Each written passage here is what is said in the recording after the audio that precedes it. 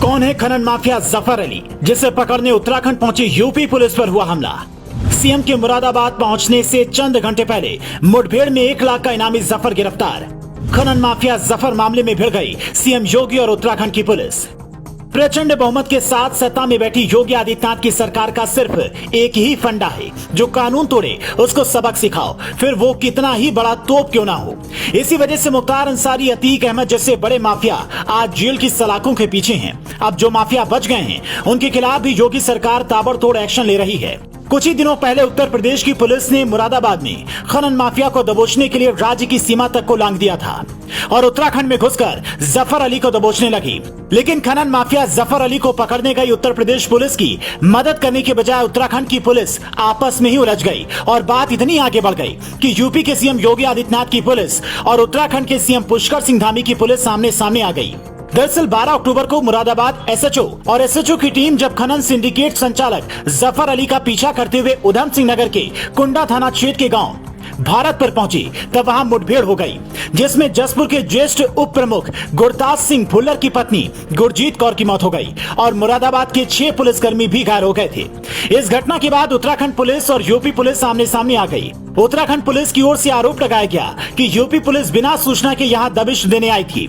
फिर काशीपुर अस्पताल में भर्ती आरोपी पुलिस कर्मियों को भी जबरन ले गई, जबकि मुरादाबाद के एसएसपी हेमंत कुटियाल ने जवाब दिया।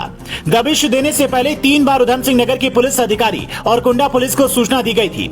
इसकी मोबाइल सीडीआर रिपोर्ट भेजी गई है और काशीपुर अस्पताल में घायल पुलिस कर्मियों पर हमला होने की आशंका थी। वहां लगातार भीड़ बढ़ रही थी, इसीलिए सुरक्षा के लिहाज से उन्हें वहां से निकालकर मुरादाबाद में भर्ती कराना पड़ा है।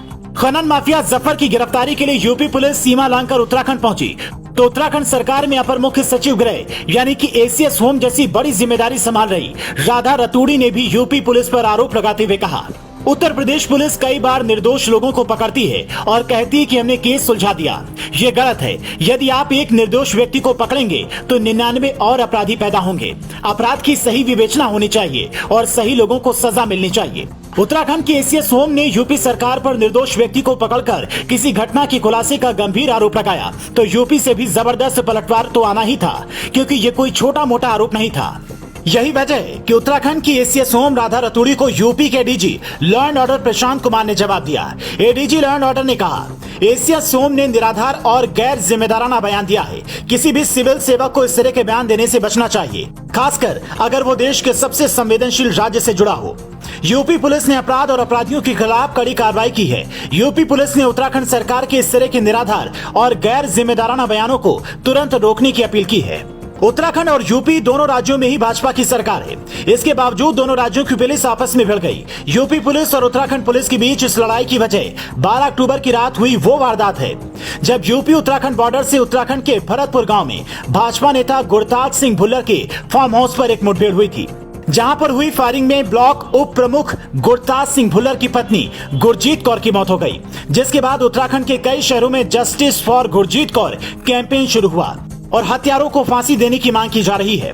बहरहाल माफिया जफर अली को पकड़ने के लिए उत्तराखंड जाने के वास्ते जिस तरह से यूपी पुलिस और उत्तराखंड पुलिस के बीच में जो मुठभेड़ हो रही है, उस पर आपका क्या कहना है? हमें अपनी राय कमेंट करके जरूर बताएं। साथ ही देश दुनिया से जुड़ी तमाम खबरों के लिए पेज को फॉलो करना ना भूलें।